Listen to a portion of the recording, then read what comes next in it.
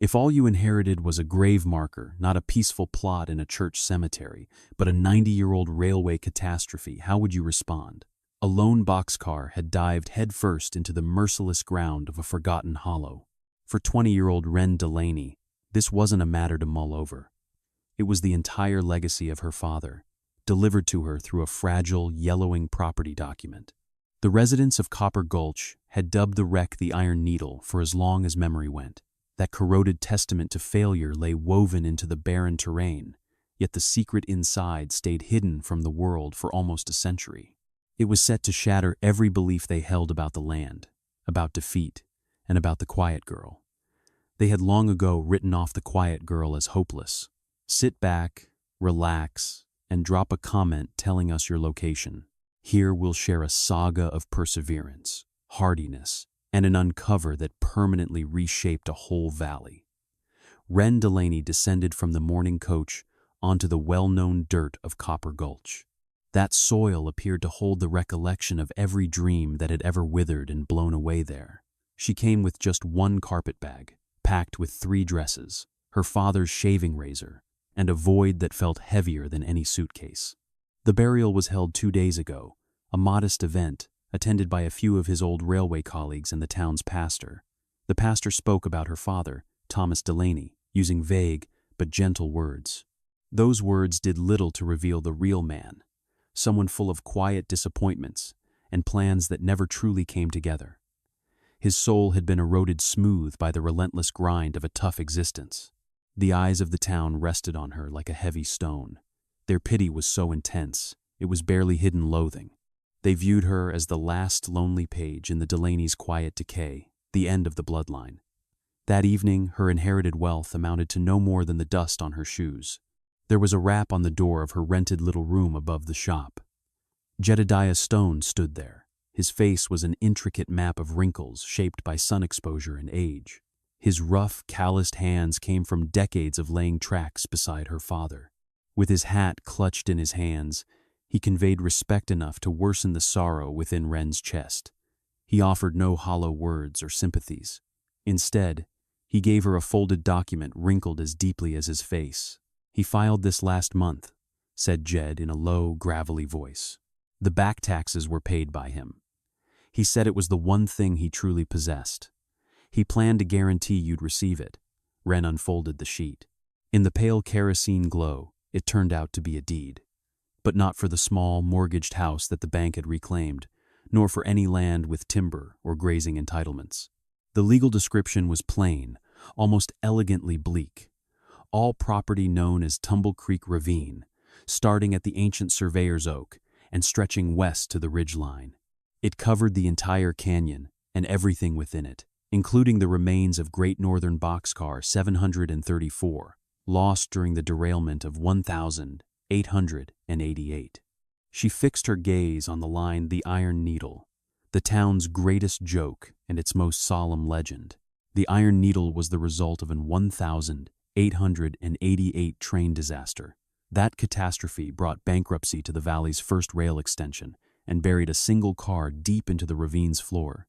Exposed to 9 decades of sun and snow, it rose as a marker of vanity, a location children were counseled to keep away from. And it was now hers, her sole inheritance, which caused her to speak quietly, not to Jed, but to the spirit of her father. Jed gently shook his head, offering no words of understanding. "Ren, your dad always saw things in his own way," he might have said, but he never uttered it. A heavy hand briefly rested on her shoulder, a silent way of recognizing their mutual mourning. Then he stepped away, leaving her alone with the kerosene light, the document, and ownership of a burial plot. The paper felt unbearably heavy, serving as the last testament of someone who'd spent all his days following whispers. He had passed down a monument to a cry of ruin to his lone child. The window pane shook in a biting breeze.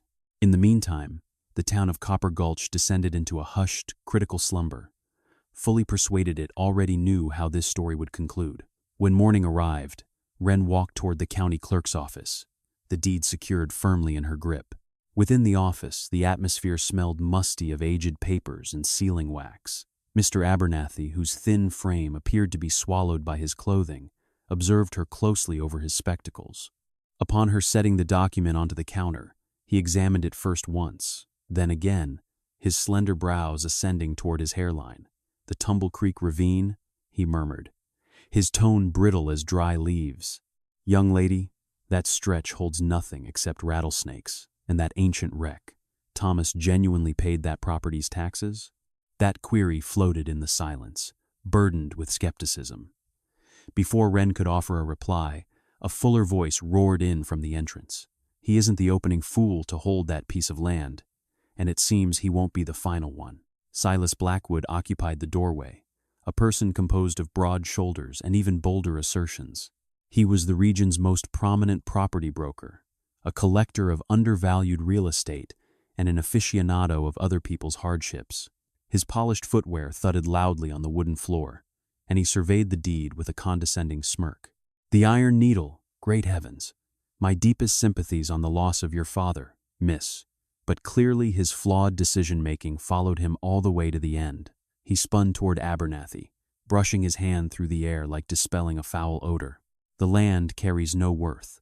The water rights are held by the ridge, and the timber disappeared decades ago. And that automobile itself is so corroded that it transforms into dust whenever anyone attempts to salvage it. So the ravine holds nothing except a tombstone." Ren's face warmed, yet she restrained herself. Adopting the same approach her father always used under mockery, she nudged the deed forward by another inch. "My purpose here is to register the official transfer," she declared, her voice low yet steady. Blackwood answered with a brief, abrupt laugh. "File it, put it in a frame, suspend it upon your wall, as proof that sentiment stands as the greatest luxury a person might ever purchase." He tilted his hat with exaggerated politeness and departed, his laughter lingering in the dusty room. Mr. Abernathy released a sigh, slammed the seal onto the deed with force, and logged the transfer into his registry. In that moment, Ren Delaney became the rightful owner of a specter. Later that day, she headed to the lookout point, a location she had not visited since childhood, when she used to clutch her father's hand. The breeze was keen, carrying the aroma of pine and dry soil. At the bottom, the gorge gashed the terrain like some raw wound, and there visible stood the Iron Needle. It rested at an absurd tilt, its corroded crimson metal creating a vivid mark against the surrounding gray cliffs. It had been thrust deep toward the ground, with its upper half exposed to the heavens, resembling on the surface a colossal discarded implement. Its size and loneliness exceeded anything she recalled. It appeared less like a legacy and more like a finale. For quite a while she stayed motionless, the wind tossing loose hair across her face, while the immense emptiness of that location bore down upon her. Could any secret actually rest within such a spot? Why would her father have invested his final cash into acquiring this specific plot of ruin? Moreover, what could someone supposedly possessing nothing at all, hope to accomplish with it? Please let us know your thoughts in the comments section regarding her father's motivation, and remember to subscribe to follow the rest of Ren's extraordinary journey.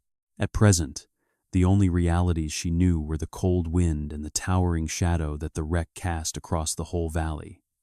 That shadow had now come fully under her ownership.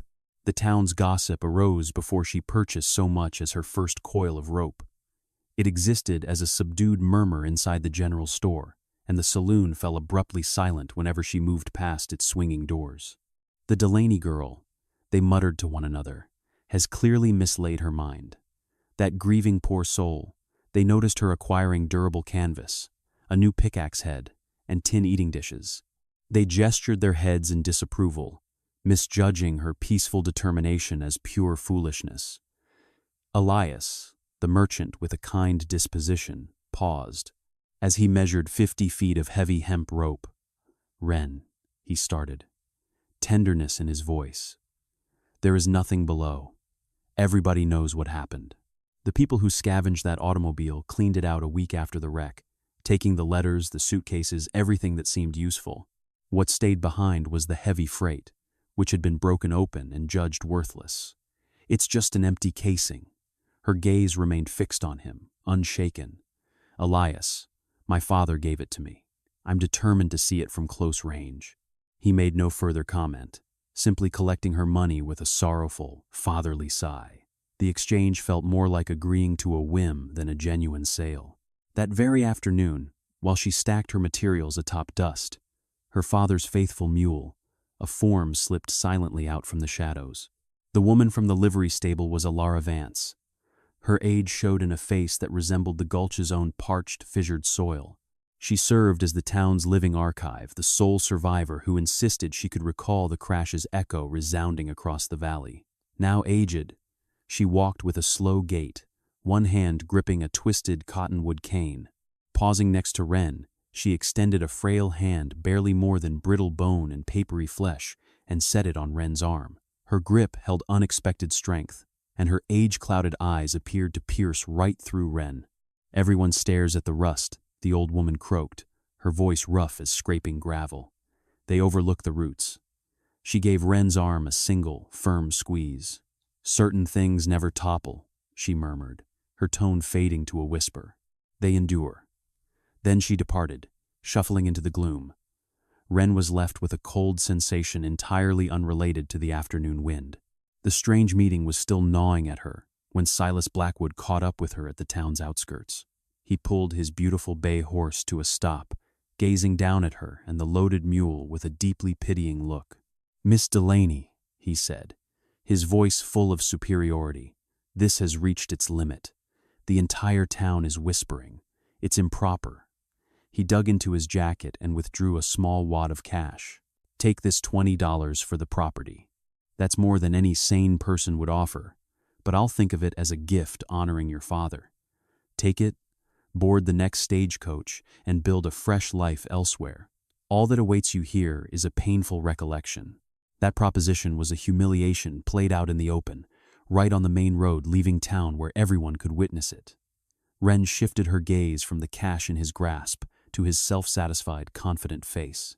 She recalled her father's silent tenacity and how he had endured years of similar put-downs. She also remembered Alara Vance's odd, mysterious remark. Without a word, Ren gave a slight but determined shake of her head. She grasped Dust's rope, clicked her tongue, and coaxed the aged mule ahead. She strode by Blackwood and his mount, leaving him frozen with his offering extended and his jaw slack. Her quietness made a more emphatic no than any yell. She never glanced back. In front stretched the path to Tumble Creek Ravine. At her back was a town that had already written her off. Their scorn bore down on her. Yet the allure of the mystery, her father's last strange deed, proved even more powerful. Reaching the ravine consumed most of the day. The route was barely a trace, choked with brush and long ignored. It twisted upward, through the dry, stony hills bounding the valley's western side. Ren guided Dust, whose hooves planted firmly and evenly on the rugged ground. The mule, elderly with a gray snout, shared her quiet, stubborn streak. He had been her father's faithful partner, a mute observer of his lonely treks, and now belonged to her. The sun blazed overhead, and the air turned thin and motionless. The sole noises were leather saddlebags groaning, hooves thudding against rock, and insects humming amid the parched vegetation. Come late afternoon, the valley's recognizable contours had faded behind them, giving way to a harsher, more desolate terrain. Trees appeared gnarled and dwarfed, clinging stubbornly to the stone. This quiet was unlike the town's. It felt ancient, profound, and somehow attentive. They reached the ravine's edge just as the sun started to sink, splashing the sky with vivid streaks of orange and violet. The view left her breathless. Seen from this vantage, the remains of Car 734 were more than a mere landmark. It felt like a living entity, commanding the canyon bottom, a battered iron creature weeping rust into the soil. It appeared to challenge gravity, refusing to accept its end, with its rear section still tilted up toward where the rails used to run. Its forward section lay deeply embedded in the stony earth, as if it attempted to tunnel into the rock.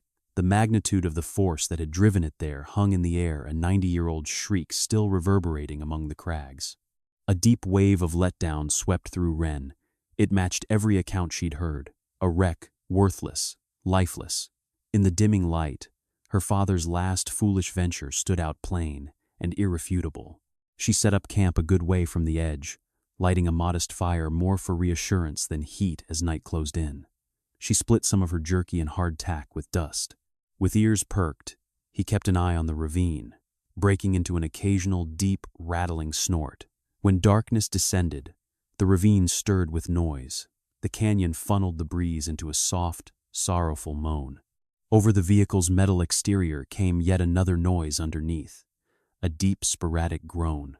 This was the creak of strained steel, of bolts and girders moving mere fractions under the gradual, enormous weight they bore. The ruins seemed to be inhaling and exhaling. Ren gathered her blanket closer, firelight dancing in shifting shapes across the rock walls. A sharp, biting isolation washed over her. After traveling so far in search of a phantom purpose, she discovered a location just as hollow and shattered as she was inside. Her rest was troubled. The metallic giant's groans from beneath, threading into her sleep, formed an extended, mournful dirge for a mission that had met catastrophe. On that initial night, all she gathered was that the sight was as melancholy as the tale told about it. 3 days passed, while Ren simply watched. She walked the ravine's edge, examining the wreckage from all sides and memorizing its odd, fractured shape. That first surge of letdown softened into a calm, perceptive intrigue. Her father was never one for emotion. If he'd invested his final savings in this spot, there was a purpose behind it. He'd spotted something that nobody else could see. By the 4th morning, Ren concluded that observing from afar would yield nothing new. She tied dust to a shaded area, slung a loop of rope over her shoulder, and started down. The canyon walls rose sharply, covered in a hazardous mix of shifting pebbles and thorny vegetation. She advanced cautiously, checking every grip and step. As she neared, the quiet was disturbed by the rattling of stones she kicked loose. The freight car's actual scale came into view. Massive and rust-covered like a great metal church, its paint had mostly flaked off after years of exposure. Yet along one darkened side, she spotted the barely visible, faded inscription, Great Northern. The collision had warped its steel panels, while the interior wooden skeleton lay split and visible, much like fractured ribs. At last, reaching the base, she halted in the shadow of the carriage and tilted her head upward to take in its unbelievable slant. Securely stuck within a profound split in the ravine floor, a fracture running through the bedrock itself, that was the first bit that conflicted with the local tale. Folks described it as lying flat on the earth. Yet it wasn't merely sitting there, it was trapped, skewered. She then set about the tedious task of digging away the overgrowth and rubbish collected at its foundation. The work demanded little thought, but she needed to occupy her hands. For hours, she toiled in the blazing sun, her entire focus reduced to the scratching of her spade and the cracking of parched twigs. In the midst of that effort, the next oddity surfaced. While yanking out a bulky, twisted mesquite shrub, she surprised a petite, ash-colored fox. It bolted out from a darkened opening. Right below where the vehicle's front nosedived into the ground was an unexpected void, disappearing into the stone. Over on the opposite end of the ravine, Ren stopped, using a soiled glove to wipe perspiration from her forehead. She looked closely at the gap through which the fox had escaped. The space was a slim crevice, formed by the crushed front metal of the car and the rugged granite of Fisher Wall. It appeared to be just a creature's burrow. Still, her gaze followed the boundary of the cargo car's side, creeping above that peculiar crack. At roughly chest height, a dozen feet away from the primary loading entrance, a grouping of symbols stood out. These were delicate, scratched by hand into the metal, their grooves packed with the fine grit of 9 decades, and they were certainly not associated with the railway. With her fingertips, she followed the outlines of the carvings. There lay a flawless 8-pointed directional star, smaller than her hand, and directly under it sat a string of digits and characters. The markings seemed nearly cryptic: 44, R1, 1, 2, L3. As she fixed her eyes on it, a slight shiver traveled up her back. It was intentional and exact, something etched by a conscious mind. Beneath the sunlight and night sky, this note had rested quietly, overlooked by both treasure hunters and local narrators. That was the initial hint that the site, rather than being merely debris, served as a secure container.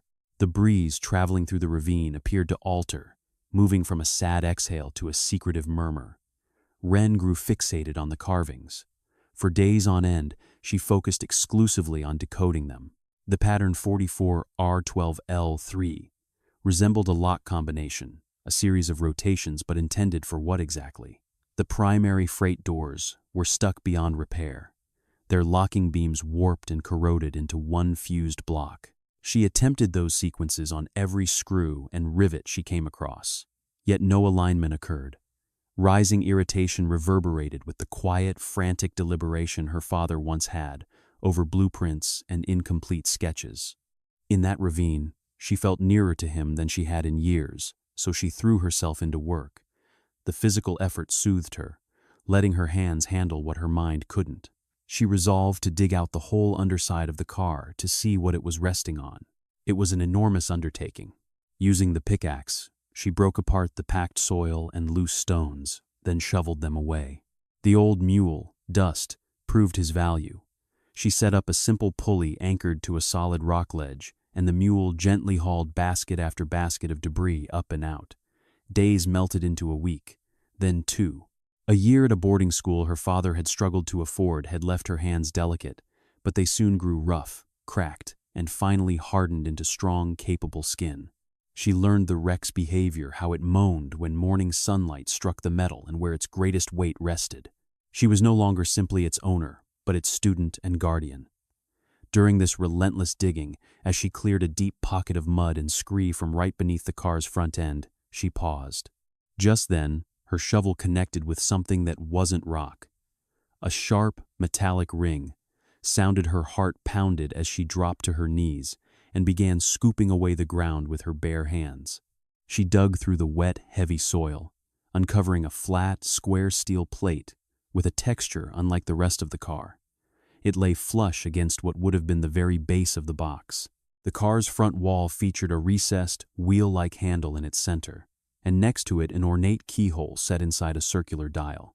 It was a secondary door, a safe. She scrambled upright, her gaze jumping from the hidden door to the wall markings. A compass rose, R for right, L for left, and the numbers. That was the combination not for the main entrance, but for this secret vault, shielded for 90 years by the very earth that had triggered the disaster. The sheer brilliance was overwhelming. The crash itself had been the final turn of the key, burying the safe and locking it away from everyone except the most patient and determined hunter. A surge of adrenaline and understanding flooded through her. This was what her father had recognized. Not the ruined car, but the secret it concealed. He must have discovered the markings, just as she did, and realized their significance. He simply never had the time or strength to complete the task. A deep sense of purpose took hold of her. This was no longer merely her inheritance. It was her calling. She needed to continue the journey her father had started, to open the door he had managed only to find. The ravine was no longer quiet. It vibrated with a 90-year-old mystery, and she was just starting to grasp its language. Opening the hatch became a fight against rust, metal, and pure perseverance. The lock was a masterpiece for its time, meant to resist forced entry, and 9 decades of corrosion had welded its internal components into a stubborn, solid block. Ren had nothing but her father's worn tools, a hefty wrench, a collection of files, and a can of lubricant Jed had insisted she bring. She devoted the first day to cleaning the mechanism, using a fine wire brush to strip away packed dirt and rust. Once cleaned, the detailed dial emerged, marked with degrees like a ship's compass. She then set to work on the combination, positioning the dial at 44R and attempting to turn the handle. Nothing moved, so she applied the oil, letting it trickle into the narrow seams, and tried again. A faint creak sounded. Hope rushed through her as she rotated the dial to 12L, and a soft click followed. When she twisted it past 0 to 3, she wasn't certain whether the final digit meant a degree or a complete rotation. She tried both options on the third full turn to the right. Deep inside the lock, something yielded with a heavy, grinding clunk that echoed across the ravine. She held her breath and gripped the wheel with both hands, pulling hard. It resisted, then scraped, then slowly and reluctantly gave way. The hatch swung downward on reluctant hinges, exposing a dark, square opening. The air drifting out was cool and dry, carrying the smell of old paper rather than decay. It also hinted of oilcloth and something else, a subtle, clean mineral scent like a freshly split rock. The compartment was small, no more than 4 feet across, yet it was stuffed to the top.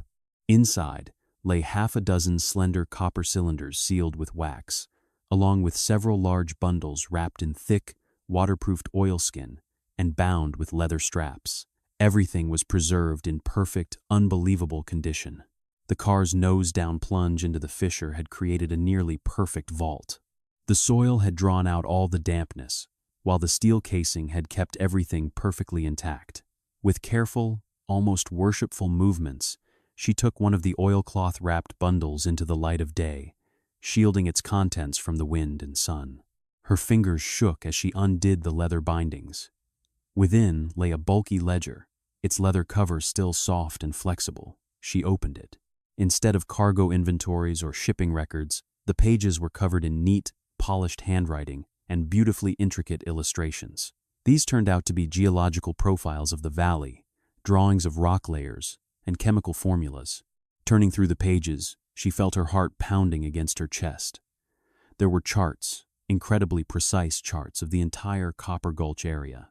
Yet they revealed something that had never appeared on any other chart. That something was a web of blue lines, each marked with notes about depth and flow rate. Those lines represented hidden rivers and underground water stores, a massive, secret reservoir running right beneath the bone-dry, drought-ravaged valley. At that point, she reached out and took one of the copper tubes. It was quite heavy, and she had to work hard to pry off the wax-sealed lid. Inside, cushioned in sawdust, were long, circular pieces of stone, each with a paper tag attached, core samples, the actual, tangible proof that the maps were true. On the inside of the ledger's cover was a name, Alistair Finch, Geological Survey and Prospecting.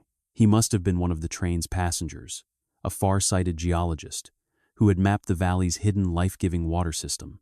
He had died in the train wreck, and his life's achievement had disappeared with him until now. Ren sank back onto her heels, holding the open ledger across her lap. The full magnitude of her find began to overtake her. This was the real secret. Not gold, not gemstones, but water which in this dry land was worth more than anything. It represented a future, a kind of wealth that can't be spent away, only made to grow.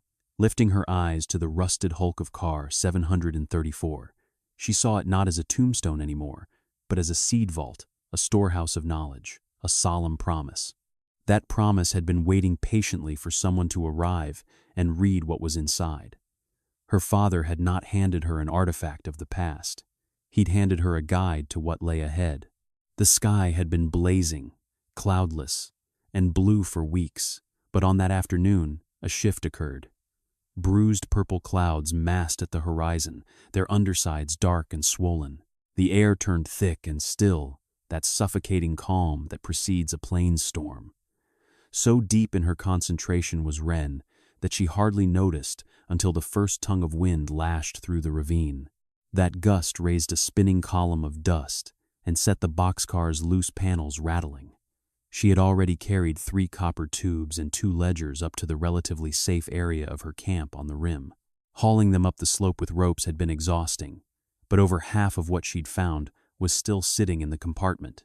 A low rumble of thunder echoed much nearer than she had expected, and in this region, storms arrived abruptly and with ferocious force.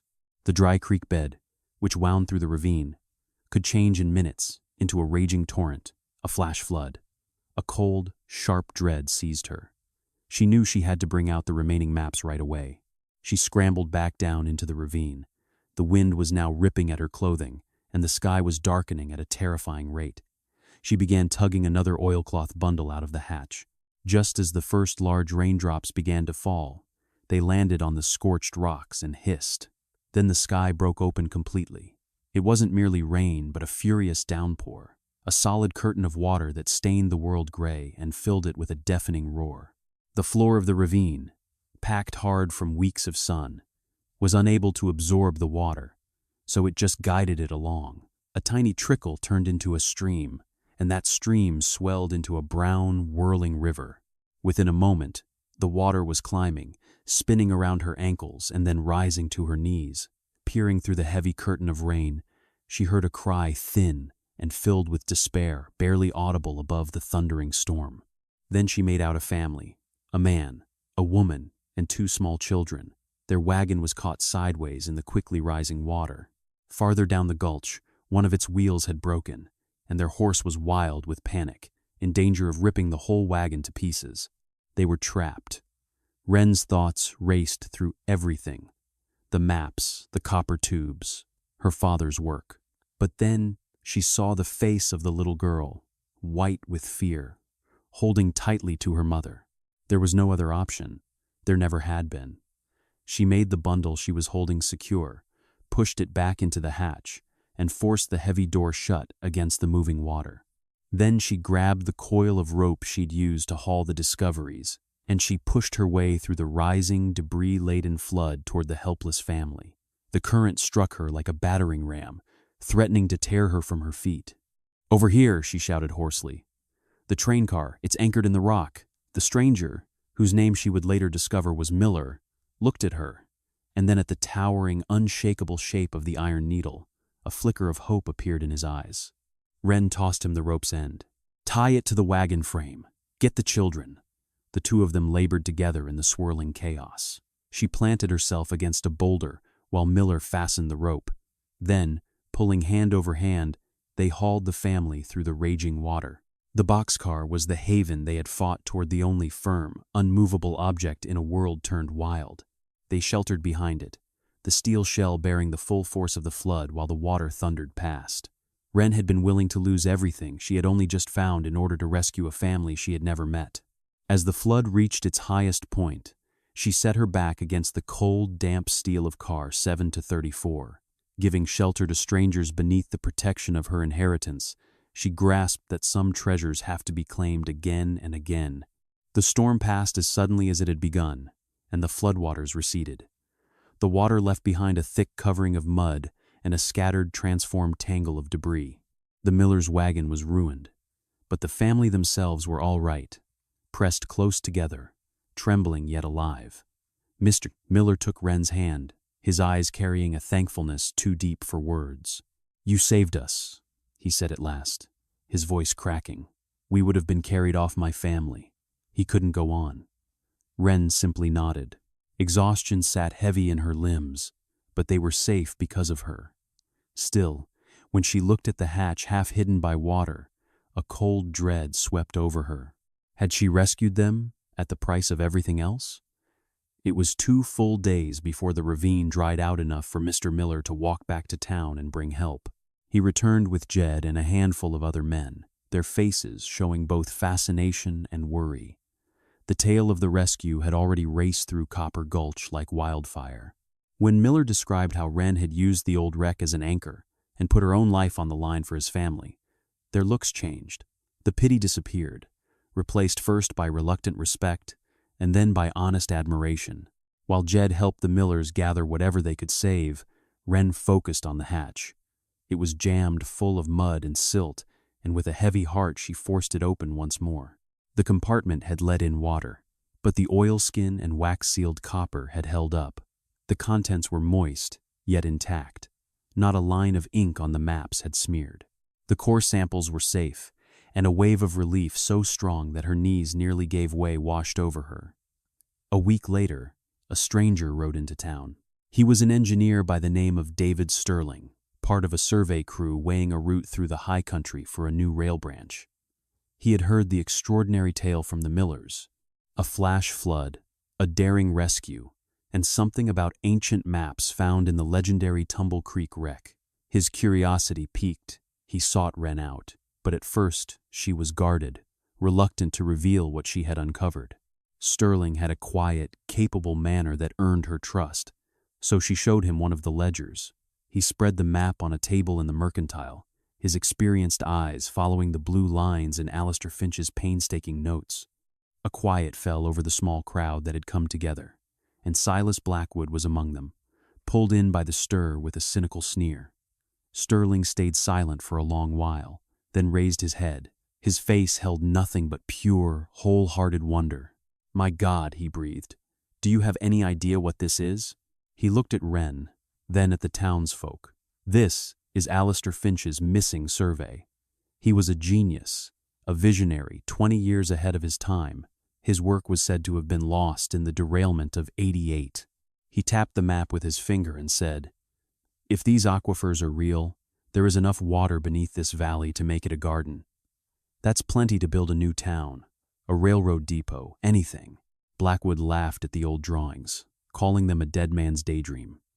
Sterling picked up one of the core samples Ren had brought and said sharply, "This isn't a fantasy. This is science. This core sample demonstrates a water table less than 200 feet down." Finch didn't simply guess, he proved it. Then he fixed his gaze directly on Blackwood, whose ranch land was slowly crumbling to dust due to the long drought. "Mr. Blackwood, this so-called worthless ravine actually holds the key to the future of this whole region." The sneer on Silas Blackwood's face dissolved, and in its place was a shocked, humbled silence. The townsfolk shifted their gaze among the map, Ren and the ravine in the distance, feeling their world turn upside down. The Iron Needle had stopped being a gravestone. Now it was a source of life. At golden hour, sunlight streamed across the valley, making the dust particles glow like gold. Ren stood on the rim of Tumble Creek Ravine, gazing down at the boxcar. It now appeared as a fulfilled promise rather than a statue to defeat. Down below, a dozen residents of Copper Gulch, even some who had muttered about the Delaney girl's foolishness, were carefully and systematically hauling up the remainder of Alistair Finch's survey. They brought Finch's legacy up from the bottom of the ravine with a kind of awe typically saved for sacred sites. Jed walked over and stood next to her, and the pair observed the calm, deliberate labor in a comfortable quiet. Dust, the aging mule, lingered close by, ears twitching, a loyal onlooker until the very last. "They're discussing setting up a water cooperative," Jed murmured, "and planting orchards in the south quarter, where the ground is most fertile. Sterling's aiding them with the blueprints, and Blackwood even volunteered to put in money. It appears that facing the facts can humble a person." He stopped, then turned to Ren, his lined face tender with a feeling she couldn't quite identify. "Pride, it was. Your dad would have loved this," he said softly. "He always thought this land had more to offer than what appeared on the surface. Only he never had the chance to show it." Ren recalled her father, his rough, calloused hands and his steady, patient optimism. She remembered the deed, that final, desperate buy, the last move of a man who wouldn't accept the idea of endings. He couldn't dig up the secret on his own, but he'd done something equally vital. He'd preserved the key and handed it down.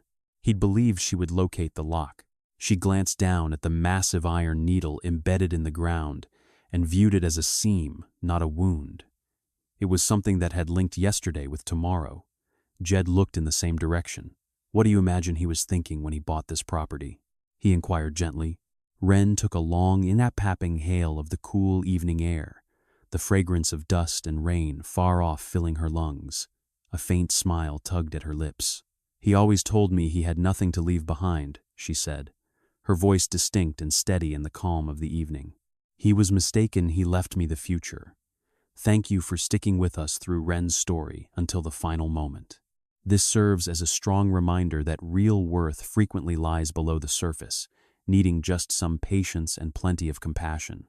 If her path of discovering meaning in something overlooked touched you, please hit the like button on this video. Also, tell us which moment you liked most in the comments down below. Don't forget to subscribe for additional tales of gentle bravery and amazing finds. We'll catch you in the next one.